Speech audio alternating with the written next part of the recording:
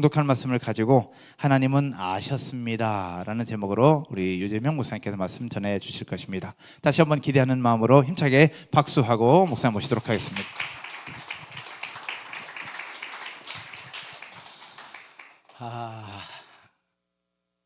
이 멋진 공동체에 함께 예배할 수 있게 되었으면 은혜이고 축복이라 여겨집니다. 오늘 처음부터 이 분위기를 알았더라면 제 복장도 좀 달라졌을 것인데, 혹시 목사님 혹시라도 목사님 초대로 다시 한번 기회가 주어지면 좀 더 멋지게 조금 스포티하게 옷도 입고 올 수 있도록 그렇게 마음을 쏟아 보겠습니다. 더 행복한 교회. 처음 동산 에덴 동산의 뜻이 무엇인 줄 아세요? 행복, 기쁨, 풍요의 뜻을 가지고 있거든요. 행복, 기쁨, 풍요. 무엇으로 더 행복할 수 있고, 무엇으로 더 기뻐할 수 있고, 무엇으로 더 풍요로울 수 있을까? 이렇게 물어요. 여러분, 처음 사람, 에덴 동산의 처음 사람들은 무엇을 입고 살았을까요? 안 입고 살았을까요? 저는 입고 살았다고 그래요. 하나님의 은혜를. 하나님의 은혜를 입고 사니까 벗은 게 아니야, 부족한 게 아니야, 부끄러운 게 아니었죠. 그런데 하나님의 은혜로 살아야 할 사람들이 하나님의 은혜가 중단되니까, 하나님의 은혜가 단절되니까 갑자기 현실이 되어버렸거든요. 부족한 것이 되고, 없는 것이 되고, 부끄러운 것이 되고, 여기에 원망과 불평이 시작이 되었던 것이죠. 행복 조건은 다른 데 있지 않아요. 오직 하나님, 그 안에 하나님 안에서 공급되어지는 은혜들, 그 은혜들을 이렇게 품고 이 공동체가 계속해서 나아간다면 정말 복된 교회이지 않을까? 여러분의 목사님을 이렇게 알고 이렇게 뵐 때마다 느끼는 것은 여유예요. 제가 이렇게 목사님들을 많이 만나보면, 후배들을 만나보면 뭔가 쫓기는 듯 조급함, 그런 것이 보이는데, 목사님 처음 뵐 때부터 여유. 그래서 내가 좀 더 젊었더라면, 내가 목사가 아니었더라면 나도 교회 옮길 뻔. 충분한 매력이 있어요. 여러분, 그런 말 있잖아요. 어떤 결혼 주례사가 주례를 서다가 신부가 너무 이뻐가지고 반했대잖아요. 신랑한테 서약받고 신부한테 서약받으면서 이렇게 물어봤대요. 신부는 주례를 사랑하느냐? 정신없는 신부가 그랬다네요. 오늘 하나님이 특별한 은혜를 주셨으면 좋겠다 싶어요. 조금은 여유 있게 프리하게 말씀도 전하고 싶고요. 할아버지 한 분이 급하게 택시를 탔어요. 문제가 생겼어요. 가는 길이 자꾸 막히는 거예요. 뒷좌석에 앉아 계신 할아버지가 안절부절 못해요. 백미러로 운전하다가 할아버지를 바라본 택시기사가 물어요.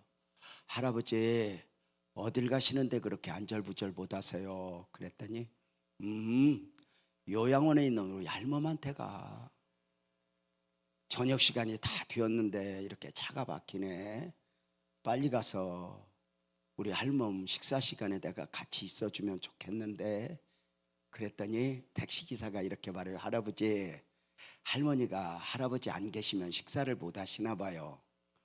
할아버지가 대답해요. 아니, 우리 할멈은 치매야. 아무것도 몰라.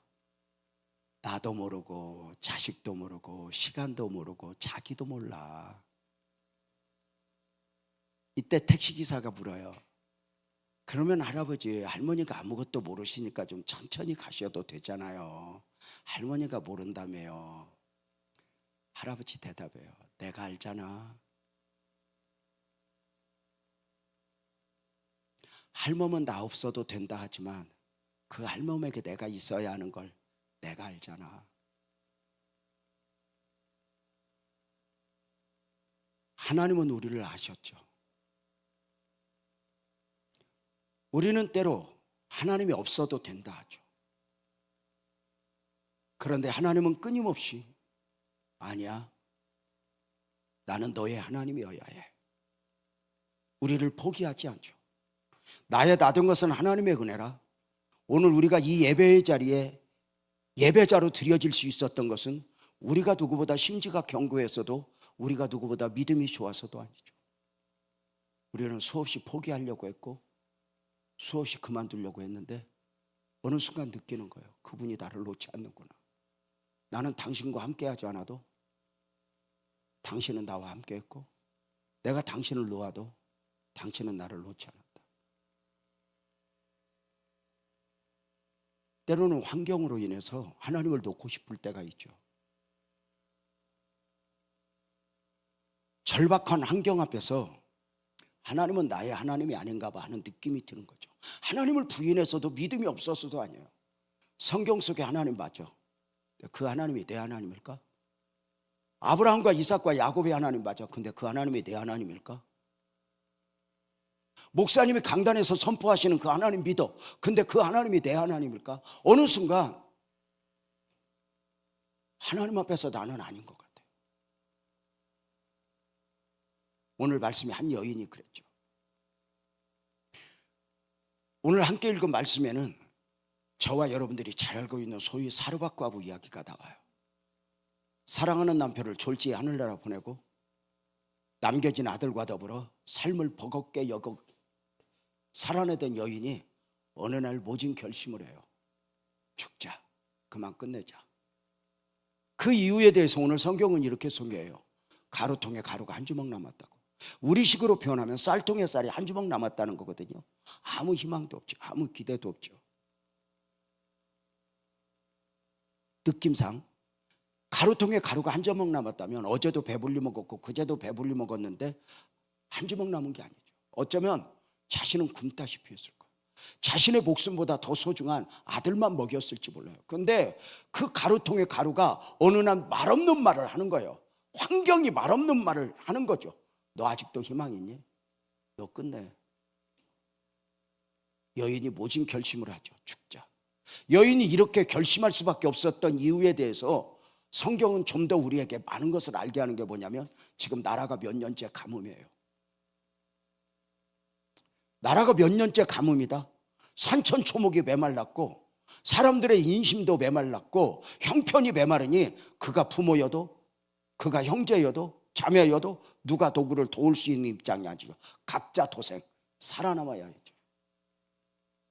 무엇보다도 그 옛날 성경 시대는 남자 중심의 사회예요. 우리나라 조선 시대보다 훨씬 더 남자 중심의 사회. 정말 죄송한 이야기지만 여자는 사람 수로도 넣지 않았어요. 당신은 그랬어요. 유대인의 기도 중에 이런 기도가 있다는 걸 들어봤어요. 여자로 태어나지 않게 해주셔서 고맙습니다. 여자들은 정말 그렇죠. 우리나라 조선시대 여자가 시집가서 아들을 낳지 못하면 질거지야. 쫓겨나잖아. 여자 아무리 많아도 소용없어. 지금은 시대가 바뀌어서 여자가 대세예요. 딸이 대세예요. 근데 옛날에는 아니에요. 아들이 대세예요. 딸 아무리 많아도 소용없어요. 그래서 딸 셋 있는 사람은 어디 가서 자식 있다 소리도 못하고 누가 물어볼까 봐 겁냈어요. 그래서 자식이 몇이요? 그럼 몹쓸 것만 셋이요? 막 이랬어요. 아니 진짜 그랬다니까 그 옛날. 지금은 시대가 바뀌었죠. 목사님 딸 있어요? 와 대박. 딸 있어? 와 대박. 딸 있어? 이게 물어봤어. 있다 그런 거 대박이야.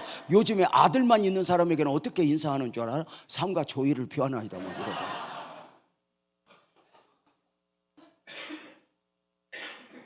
남자 중심의 사회에서 홀로 된 여인이 직업을 가질 수 있었을까? 무엇보다도 당시 시대적 배경은 노예 시대야. 빚을 얻어다 썼는데 갚지 못하면 내 목숨보다 소중한 아들을 노예로 보내야 돼. 죽자, 그만 살자. 자, 이 여인이 한 주먹 남은 가루, 떡 만들어 먹고 죽겠다는 건데 묻겠습니다. 오늘날로 말하면 이 여인 교회 다니는 여인일까 안 다니는 여인일까? 어떻게 해요? 죽겠다고 하는 거 보면 안 다니는 것 같아요. 그런데 다니는 여인 같아요. 왜요? 엘리야 목사님을 알아보고 순종하는 거 보니까. 그렇다면 이 여인이 삶이 이 지경이 되기까지 금식은 안 해봤겠어? 기도는 안 해봤겠어? 우는 건 안 해봤겠어? 하나님, 나는요, 우리 집 어떻게 해요? 왜 내 남편 데려갔어요? 근데 그 하나님의 나만을 향해서 외면하는 것 같아요. 하나님이 내 하나님이 아니다. 이건 진짜 우리가 살아야 될 이유가 없어지는, 가장 살 의욕이 없어지는, 배우자가 내 배우자가 아니라고 느끼는 순간 가정을 지켜야 될 이유가 없어지잖아. 죽자. 그만 끝내자. 하나님은 나 모르는 거야. 기가 막힌 심정으로 오늘 말씀해 보면 나뭇가지를 줍고 있어요. 한 올 한 올 나뭇가지 주워다 떡 만들어 먹고 죽겠다는 거죠. 기가 막힌 심정으로 나뭇가지를 줍고 있어요. 그 심정이 어땠을까? 나 이거 나뭇가지 주워서 떡 만들어 먹고 죽을 거야. 기가 막힌 심정으로 나뭇가지를 줍고 있는데 그 자리에 누가 나타났냐면 엘리야가 나타났어요. 엘리야가. 아니, 갑자기 이 자리에 엘리야가 왜 나타났어? 저같이 뭐 다음 주에 유재명 목사님이 옵니다 이러고 예고하고 온 것도 아니고 갑자기 엘리야가 나타났어요. 엘리야가 왜 나타났어요? 저를 그렇게 멍하니 보면 안 나오고 8절 9절을 보면 나와. 왜 나타났는가? 8절 9절 한번 읽어봅시다. 8절 9절. 방송실이 혹시 띄워줄까? 8절 9절 화면에 나오네. 시작. 여호와의 말씀이 엘리야에게 임하여 이르시되 너는 일어나 시돈에 속한 사르밧으로 가서 거기 머물라. 내가 그곳 과부에게 명령하여 내게 음식을 주게 하였느니라. 이 명령이라고 하는 단어를 좀 유념하시고 제 설명을 들읍시다. 아합의 폭정 밑에서 나라가 몇 년째 가뭄인 가운데 그리 시냇가에 엘리야를 숨겨놓고 새 한 마리를 통해서 먹을 것을 공급하시던 하나님, 이것을 목회학적으로 측면을 보면 엘리야를 왜 3년 반 동안 새 한 마리를 통해서 먹을 것을 공급했는가? 이제 목사들끼리는 하고 싶은 말이 많죠. 나중에 바알과 세라 선지자 850명과 싸울 만큼의 영성이 성장하는 기간이었거든요. 그건 놔두고 새 한 마리를 통해서 먹을 것을 공급하시던 그 하나님이 갑자기 불러요. 엘리야야, 빨리 일어나. 빨리 일어나. 사르밧으로 가. 내가 지금까지는 새 한 마리를 통해서 너에게 먹을 걸 공급했지만 이제 사르밧에 있는 과부, 그 여인에게 너에게 먹을 것을 공급하도록 내가 명령했어. 선택이 아니에요. 강권적으로 내가 명령했어. 가, 그 여인에게 가. 엘리야는 새 한 마리를 통해서 먹을 것을 공급받던 그 하나님의 말씀에 의해 걸음을 옮겨 사르밧으로 왔고, 기가 막힌 심정으로 나뭇가지를 줍고 있던 여인 곁에서 내가 이 여인에게 보냄을 받았다는 것을 알게 되죠. 여기에서 우리는 성경을 좀 더 깊이 묵상할 필요가 있어요. 여인 곁에 엘리야가 나타났는데 묻겠습니다. 엘리야가 자기 의지적으로 와서 하나님이 보내셨어? 하나님이 보내셨죠. 그죠? 하나님이 보내신 목적이 뭐라 그랬죠? 여인을 통해서 먹을 걸 공급하시겠다는 거예요. 여기서 우리가 성경을 볼 때 굉장히 매력이 있어요. 저는 제가 오랜 날 동안 설교자로 살아가면서 설교 제목 중에 가장 멋진 제목 중에 하나가 있었다고 그래요. 어떤 선교사님이 말씀하셨어요. 선교사 세미나 때 예수 안에 예수, 이런 설교 제목이 있었거든요. 그랬더니 그 선교사님이 그 제목을 보고 눈물을 줄줄 흘리면서 저에게 다가와서 제 인생 살아오면서 선교사로 살아오면서 가장 멋진 설교 주제를 보았다고. 예수 안에 예수. 그래서 나도 멋진 제목인 줄 알았어. 내가 뭐 알았던 건 아니고. 예수 안에 예수, 보여지는 예수와 믿음이 아니면 은혜가 아니면 볼 수 없는 예수. 보여지는 예수는 나사렛 예수, 믿음과 은혜로 볼 수 있는 예수는 하나님의 아들 그리스도 예수, 메시아 예수죠. 세례 요한이 그렇게 봤죠. 말씀이 육신이 되어 예수 안에 예수가 있다면 말씀 안에 말씀이 있죠. 누구나 글을 읽을 수 있는 실력을 가지고 헬라어 히브리어로 성경을 읽을 수 있지만 내용으로는 알아도 진리로는 모르는 거죠. 예수 안에 예수처럼 말씀 안에 말씀.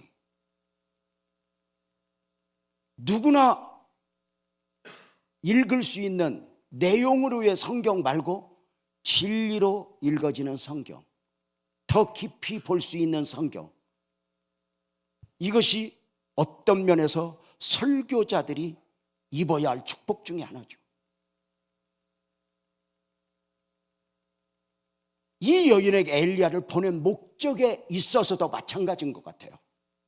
하나님이 이 여인에게 엘리야를 보내신 목적이 뭐라고요? 보여지는 부분과 보이지 않는 부분이 있어요. 보여지는 부분은 여인을 통해서 먹을 걸 공급하겠다는 거예요. 명령이죠. 근데 여기서 의문점을 가지는 거예요. 당신이 단순히 당신의 종을 먹이는 것만이 목적이면 이렇게 한 끼밖에 없어 먹고 죽겠다고 하는 가정에 보냈을까? 먹이는 것만이 목적이면 누구에게 보내요? 부자의 가정에 보내죠. 아니, 부자의 가정에 보낼 필요도 없어요. 하나님은 조금 전까지 새 한 마리를 통해서 먹을 걸 공급하며 내 종은 내가 새 한 마리를 통해서 먹을 걸 공급해. 아니, 보리떡 5개 물고기 2마리로 5,000명을 먹여요. 아니, 없는 것도 있게 하셔. 그분이 여인에게 당신의 종을 보내서 명령했대요. 여인아, 엘리야가 올 거야. 대접해라. 이것을 뭐 산신령처럼. 여인아, 하나님은 그렇게 말씀하시는 분이 아니죠. 환경을 통해서. 근데 그 환경 속에서 하나님을 읽을 수 있다면 얼마나 좋을까? 내가 전에는 하나님을 귀로 만들어 쌌더니 눈으로 배움나이다. 눈으로 하나님을 보았을까? 보면 죽어요. 눈으로 본다는 이야기는 삶에서 하나님을 읽는 거예요. 전에는 고난만 당하는 줄 알았는데, 전에는 외로운 줄 알았는데, 전에는 버림당하는 줄 알았는데 그 하나님이 계심을 내가 보이는 거죠. 여인에게 엘리야를 보내신 진짜 이유는 뭘까요? 표면적으로는 여인을 통해서 먹을 걸 공급하지만 내면에서는 왜 보냈을까요? 동의하면 아멘 합시다. 살리려고, 회복시키려고, 다시 시작하게 하려고. 이게 하나님은 이 여인을 모르고 계신 것이 아니에요. 아셨어요. 보고 계셨어요. 당신의 뜻과 섭리 가운데 사랑하는 남편이 죽는 그 어떤 절박한 상황, 먹고 살기 힘든 절박한 상황까지 당신의 뜻과 섭리 가운데 주목하시던 하나님이 이 여인이 그만 포기하려고, 나 죽을 거야, 그만 살 거야, 포기하려고 하자 하나님은 더 바쁘게 움직이신 거예요. 너 죽으면 안 돼. 너 포기하면 안 돼. 너 여기서 그만둬서는 안 돼. 살리는 방법이 뭐예요? 당신의 종을 통해서. 다 묻겠습니다. 이 여인 곁에 엘리야가 왔는데 엘리야가 와서 하나님 보내셨어? 하나님 보내셨어. 보내신 목적은 뭐야? 살리려고. 저는 안산 땅에 36년 전에 왔어요. 척박한 땅 안산에 보냄을 받았죠. 서울에 잘 있다가 하나님이 보냄을 받은 이 안산에 왔어요. 생각해요. 종종 끊임없이 생각해요. 하나님이 나를 안산에 왜 보내셨을까? 왜 보내셨을까? 먹고 잘 살으라고. 먹고 잘 살으라고.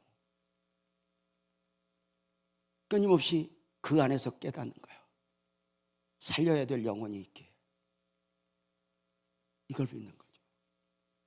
여러분의 목사님이 이곳에 둥지를 들고 이 행복 공동체를 지금 섬기고 있어요.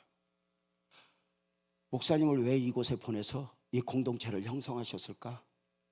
단순히 더 잘 먹고 더 잘 살으라고? 목사의 꿈을 이루고 목사의 비전을 이루라고? 어쩌면 아닐 거예요. 아까 조금 전에 예배드리기 전에 미팅하면서 함께 나눴던 은혜 중에 은혜가 있어요. 교회는 목사의 비전을 이루고 목사의 꿈을 이루는 것이 아니라고. 목사의 비전도 꿈도 내려놓고 하나님의 비전, 하나님의 꿈을 이루는 것이어야 된다. 근데 그것을 알 수 없어서 늘 애절한 거라고. 그럼에도 불구하고 목사님이 이 행복 공동체를, 근데 여러분 물어봅시다. 이곳에 목사님 어떻게 여기서 섬기기 시작했어요? 어떻게 여기 오시게 됐어요? 어떻게 오시게 됐어요? 내가 여적 설명했잖아. 하나님이 하셨다고. 언젠가부터 우리는 사람의 이야기를 하고 사는 사람들이 아니야. 누구 때문에 왔어, 어떻게 했어, 누가 소개했어, 이게 아니라 당신의 종을 나를 만나게 하셨어요. 하나님의 이야기를 하며 사는 거야. 창세기 45장 55절에 보면은 22년 만에 애굽의 총리가 된 요셉과 자신을 죽이려 했고 노예로 팔았던 형들이 22년 만에 만나는 장면이 나와. 창세기 45장에서 요셉이 이렇게 말해. 형님들 나를 팔았으므로 근심하지 마소서, 한탄하지 마소서. 하나님이 생명을 구원하시려고 나를 이곳에 보내셨습니다. 이랬어요. 그러니까 형들이 다 팔았어? 진짜 하나님의 사람은 사람의 이야기를 하는 게 아니야. 너 나 힘들게 했어? 너 나 부도나게 했어? 너 나 억울하게 했어? 마귀가 하는 것 중에 하나가 뭐예요? 사람에게 매이게 하고 과거에 매이게 해요. 그래서 상처에 사로잡혀. 나는 누구 때문에 아팠어? 나는 누구 때문에 힘들어? 늘 그렇게 주파수를 하나님께 맞추지 않아. 하나님을 믿으면서도 아니 믿는 것처럼 믿어요. 믿음은 뭐예요? 보여지는 이야기가 아니라 사람의 이야기가 아니라 하나님의 이야기를 하는 거예요. 이 여인에게 왜 보냈어요? 보여지는 부분은 먹을 걸 공급하는 거예요. 근데 엘리야가 왜 했어요? 하나님이 보내신 거죠. 보내신 이유는 뭐라고요? 살리려고. 이것이 주의 종을 내 목자로 또 행복 공동체가 세워진 이유예요. 왜 살리려고? 왜 살리려고? 여러분 한번 물어봅시다. 하나님이 이 여인에게 엘리야를 보내셨는데 엘리야가 와서 하나님 보내셨어? 하나님 보내셨어. 보내신 목적은 보여지는 부분은 여인을 통해 먹을 걸 공급하지만 진짜 보내신 이유는 살리려고. 그러니까 보여지는 부분은 먹을 걸 공급하지만 영적으로 보면 살리려고 보냈단 말이에요.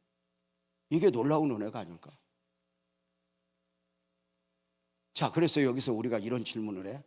보여지는 부분은 여인이 엘리야도 와, 엘리야가 여인도 와. 여인이 엘리야도 없지 먹을 걸 공급하지. 근데 영적으로 보면 살리려고 보냈으니까 여인이 엘리야도 와, 엘리야가 여인도 와. 엘리야가 여인도 없는 거지. 그지? 그래서 보여지는 부분은 엘리야가 여인을 나도 헷갈리잖아. 이게 가끔 이렇게 회중하고 있다 보면은 갑자기 수준이 똑같아져. 원래 여러분도 애들하고 놀다 보면 갑자기 내가 애 같잖아. 근데 애 같아져야 그 집이 행복해. 이게 참 놀라운 은혜인데, 배우자가 내 수준하고 좀 안 맞다 그러면 자꾸 위에서 수준 안 맞다고 짓밟으면 지옥이야. 근데 수준 안 맞다고 하지 말고 같이 내려와서 철없이 그냥 같이 살면 돼. 그럼 그게 행복동산이 돼. 그러니까 철든 아내들이 많이 내려놔야 돼. 자, 보여지는 부분은 여인이 엘리야도 없지만 엘리야가 영적으로 보면 엘리야가 여인도. 그럼 묻겠습니다. 이런 시각을 보면은 여인이 엘리야한테 감사해야 돼, 엘리야가 여인한테 감사해야 돼? 서로 고마워해야죠. 서로 감사해야죠. 그죠? 이게 교회 아닐까? 여러분은 묻겠습니다. 보여지는 부분은 목사님이 여러분 도와, 여러분이 목사님을 도와. 물론 내가 도움이 안 되는 건 알아. 그렇지만 앞으로 나도 한몫하겠습니다. 이런 마음 가지고 나도 대박 나면, 아까 뭐 로또 있는데 나도 하나님의 은혜를 입으면 나도 한몫하겠습니다. 우리 교인 중에 하나가 어느 날 은혜를 입고 딱 메시지를 받더니, 하나님, 나로 하여금 언젠가 강대상에 현금 1억을 바칠 수 있는 은혜를 내게 주세요. 그러고 울면서 기도했다. 나도 누구 헌신하는 거 보지 말고 내 헌신이 강대상에 올려주게 해주세요, 현금. 근데 그날이 와서 그걸 드리면서 우는 걸 봤어. 그러니까 남에게 나누지 않는 기도가 있는 거거든. 나만의 기도. 그러니까 미래에 좀 도움이 될 것으로 믿고 자신 있게 대답해봐. 우리라고 하지 않고 나로 할게. 보여지는 부분은 목사님이 나를 도와, 내가 목사님을 도와. 자신 있게 얘기하라니까. 내 도움이 안 되는 건 알아. 그렇지만 나중에 또 시간과 공간을 뛰어넘어 한몫할 것으로 믿고. 다 보여지는 부분은 목사님이 나를 도와, 내가 목사님을 도와. 내가 목사님을 돕지. 왜냐하면 찬양해주고, 아까도 이 찬양하는 팀들, 교회 학교 팀들, 또 구석구석에서 너무 고맙잖아요. 이 팀들이 아마 다 봉사팀들일 건데 너무 감사하잖아. 그러니까 보여지는 부분은 목사님이 나를 돕지만 아니지. 또 하여튼 뭐 그랬지만 이렇게 도와. 그러니까 지나고 보니까 목사님이 나한테 고마워해야 돼. 내가 목사님한테 고마워해야 돼. 다 고마워해야 되는데 여기서 육적으로 접근하면 목사님 나한테 고마워해야 돼. 내가 딴 교회로 갈라다 여기 왔어. 이런 식으로 신앙생활을 해. 영적으로 보면 늘 고마운 거야. 저 목사님이 못 먹고 못 살아서 여기에 있는 게 아니잖아. 누구보다 공부했고 누구보다 노력했고 자신만을 위해서라면 누구든지 살 수 있어. 얼마든지. 그런데 여기 와서 헐떡거리며 살아. 쉽지 않거든요. 보여지는 부분을 보면 내가 목사님을 도는 것 같지만 늘 영적으로 우리는 아까 그 이야기했어요. 믿음은 사람의 이야기, 보이는 이야기를 하는 게 아니라 보이지 않는 이야기, 하나님의 이야기를 하며 사는 것이 진짜 믿음이라고. 그 영적으로 접근하면 목사님이 그렇게 고마운 거예요. 옛날 성도들과의 목사와의 관계는 영적인 관계예요. 근데 요즘은 뭐 목사도 사람이지 누가 몰라? 인정해. 목사가 완벽해. 아니 완벽해서 목사 돼? 그러면 이단 되지. 부족하지만 직임에 따라 섬기는 거지. 그러면서 끊임없이 내가 목사님과의 관계 속에서 영적으로 접근하며 목사님한테 고마워하는 마음이 담겨 있을까? 우리 청년들이 언젠가 좌담 예배를 드리면서 우리 부부를 앉혀놓고 이렇게 묻더라고. 목사님 사랑이 뭐예요? 사모님하고 잠양보고 한 것 같은데 사랑이 뭐예요? 그랬어요. 그래서 고마운 거. 어쩌면 한국적 표현이 아닐까? 내 배우자가 되어줘서 고맙고 힘들고 어려운데 인내해서 여기까지 와줘서 고맙고 앞으로 함께 걸어갈 것 같아서 고맙고. 가정에서 고마움을 상실하면 사막이지 않을까? 너 나 만나서 다행인 줄 알아. 내 지금이라도 너 버릴 텐데 내가 지금 너 불쌍히 살고 있어. 이런 식으로 살고 있으면 사막이 아닐까? 근데 목사님 여자들은 거의 그런 마음으로 살고 있다. 여자들이 어설픈 메시아 아니야. 여자들은 자기가 길이고 진리고 생명이요.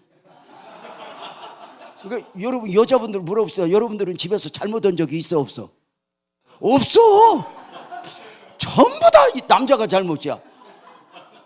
남자분들 마저 틀려. 마저 전부 주들이 오라. 딱 하나 잘못했다면 내가 너 만난 거예요.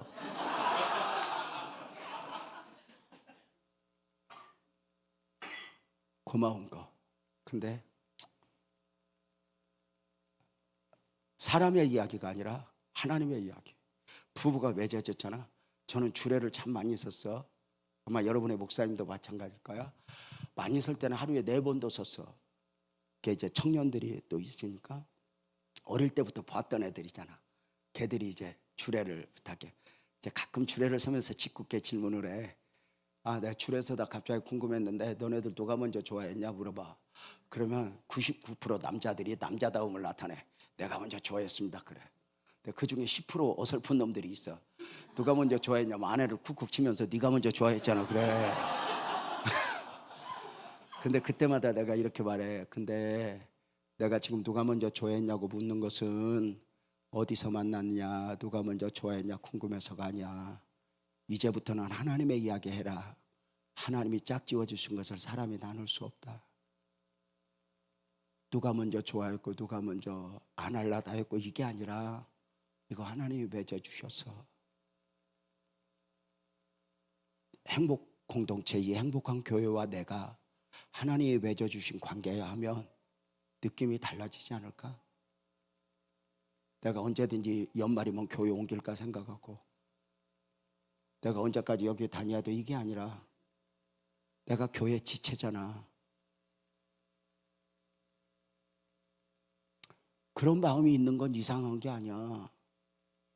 그런 걸 극복하며 사는 게 인생이지. 배우자도 마찬가지잖아. 여러분 배우자하고 살 때 살고 싶어서 살아? 안 살면 안 되니까 살아? 아니 괜찮아. 그래도 살고 싶어서 사는 사람 있을까? 한번 물어보자. 살고 싶어서 사는 사람만 아멘 해봐. 미친 거요. 아니 저렇게 미치지 않았으면 그때 미쳐서 다 고백했고 미쳐서 쫓아다녔고 그러고 지금 제정신 나니까 내가 지금 뭐 하는 거예요? 시방 그러잖아. 근데 살고 싶어서 사는 게 아니라 안 살면 안 되니까 살아내는 거, 이게 믿음이고 이게 성숙이야. 극복하는 거, 이겨내는 거. 나를 믿으면 안 돼. 내 생각을 믿고 내 판단을 믿으면 안 되니까. 원리지. 그래서 고마움. 교회에 고맙고 올 때부터 고마움을 담고 이 행복 공동체가 또 그 안에 내가 지체가 되었다는 거, 이거 생각하면서 감사할까 하니까. 기가 막힌 심정으로 나뭇가지를 짚고 있는데 산에서 내려온 엘리야가 여인을 보고 이야기해. 여인아, 물 한 그릇 떠와라. 우리식으로 표현할까? 사집사, 물 한 그릇만 떠와라. 사르밧과 부니까 사집사, 물 한 그릇 떠와라. 그러니까 기가 막힌 심정으로 나뭇가지 짚고 있는데 어떤 놈이 물 떠오래. 이렇게 보니까 엘리야야, 딴 놈 같으면 귀싸대기 한 대 맞았을 거야. 아니, 물은 쉬었겠어. 나라가 몇 년째 가뭄인데. 그잖아. 엘리야 목사님이니까 아무 소리 않고 물 들어가. 근데 그 뒤에다 두고 엘리야가 이렇게 말해. 여인아, 내가 지금 산에서 내려오느라고 엄청 배가 고파. 물도 필요하지만 떡도 좀 만들어 와.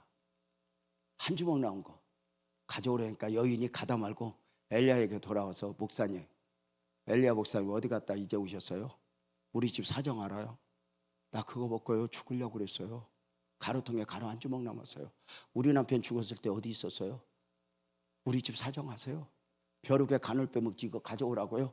이걸 막 해퍼부으니까 엘리야가 그 소리 다 듣더니 어떻게 말하냐면, 따라서 해봐. 우리식으로 말할게. 그래도 가져와.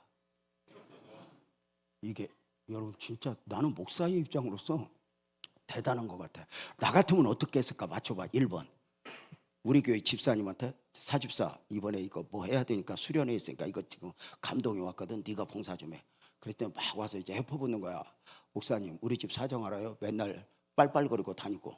우리 집 흉방 왔었어요. 우리 집 알아요? 우리 집 애들 알아요? 나요 그거 먹고 죽으려고 그랬어요. 막 울면서 내 가슴팍이 와서 있는 대로 해퍼보면 나는 그 소리 듣고 어떻게 했을까? 맞춰봐. 1번, 그래도 가져와. 1번. 2번, 미안해, 내가 그 사정 어떻게 알았겠어. 아이고 내가 몰랐지. 미안해. 계획대로 가서 먹고 죽어. 2번.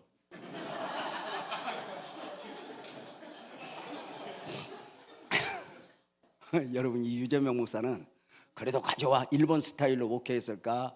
미안해 가서 먹고 죽어 이러진 않았지만 그냥 인간적으로 위하면서 불쌍하면서 이런 식으로 목회를 했을까? 1번, 2번, 1번을 아무나 하는 게 아니라 1번 같이 하면 목사도 살고 성도들이 살아. 이건 영적으로 보면 이해가 안 돼. 나는 내가 목회를 배웠던, 나를 가르쳤던 목사님을 지금은 너무너무 존경해. 그 할아버지 내가 얼마 전에 만나 식사 대접도 했어. 근데 그 목사님은 나한테 얼마나 독하게 목회를 가르쳤고 성도들을 독하게 이끌었냐면, 옛날 목사님들은 거의 그랬어. 어떻게? 용산시장에서 장사하는 집사님이 11조를 2달 안 했다고 11조를 받으러 신방을 가. 11조 받으러 왔어. 너 11조 2달 안 했더라. 목사님 어려워서요. 어려워도 믿음으로 살아야지. 그러고는 금고통 오려고 지가 11조 전달에 했던 거 2달, 3달째 또 갔더니 목사님 오지 마세요. 제가 할게요. 그러더라고. 지금 그런 목사 있으면 신문에 나. 저런 숭악한 목사가 어디냐고. 어느 날부터인가 교회를 영적 공동체로 보는 게 아니라 NGO적인 종교단체로 보기 시작해. 예수님이, 여러분 한번 물어보자. 여러분은 과부 엽전 두니 뺏어가는 하나님이 좋아? 여덟리 멈춰주는 하나님이 좋아?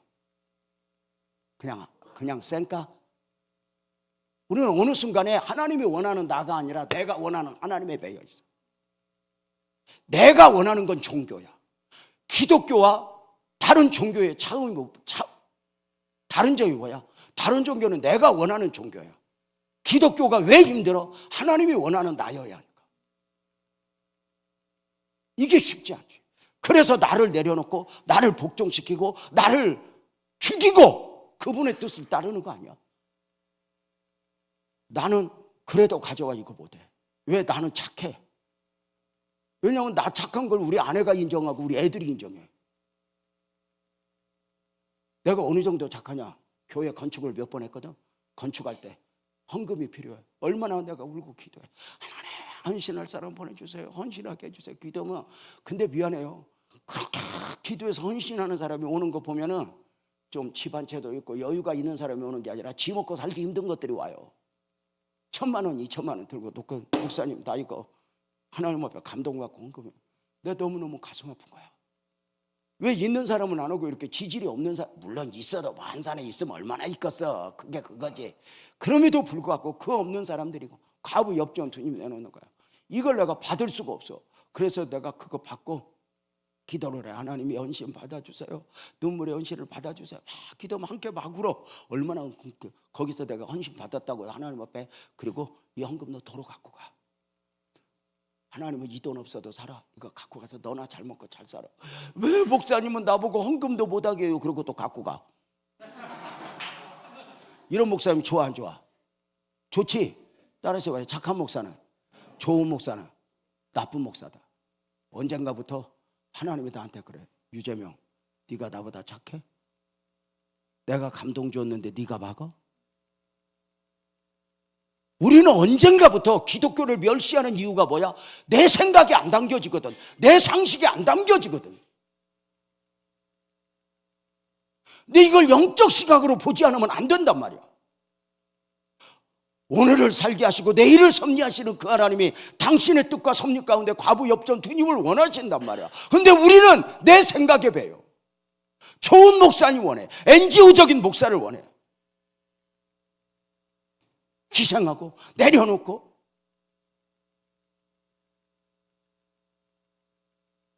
저도 얼마나 어려워. 그래서 이제 그 뒤로 외치는 거예요. 어려울수록 믿음으로 사세요. 어려울 때 드리세요.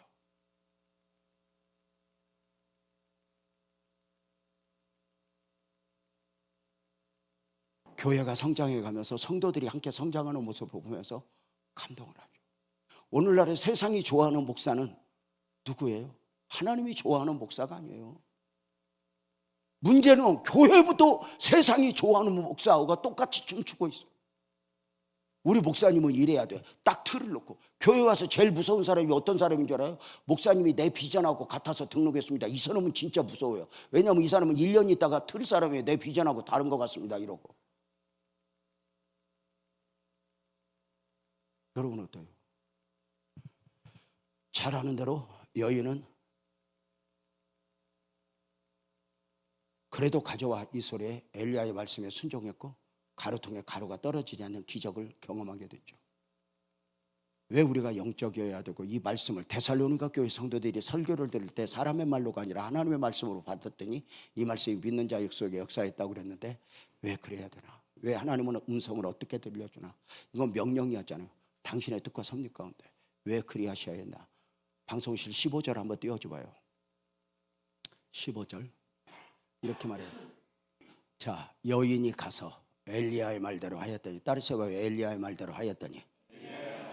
묻겠습니다. 여인이 하나님 말씀대로 했어? 엘리야 말대로 했어?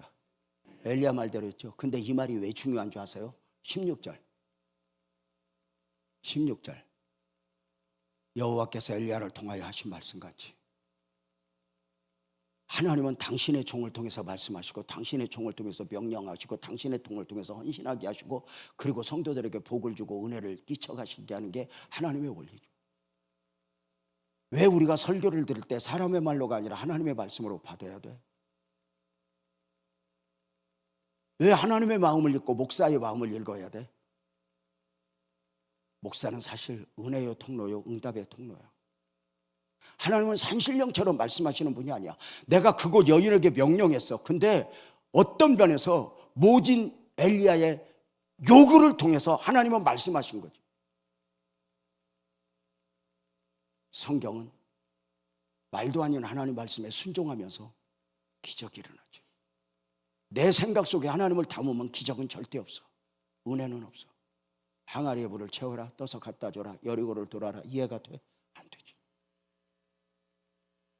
오늘 또 이 행복한 공동체가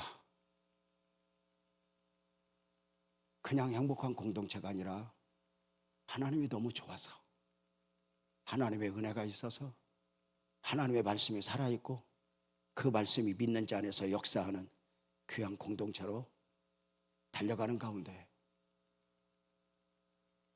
이 가정에 일어났던 기적이, 은혜들이 여러분의 삶에도 보여지기를 원한다면 어려울수록 믿음으로 살고 어려울수록 순종하고 어려울수록 헌신하여 여러분의 행복 공동체, 이 더 행복한 교회가 그렇게 앞으로도 하나님의 은혜를 입은 교회로 기도하겠습니다. 하나님 고맙습니다.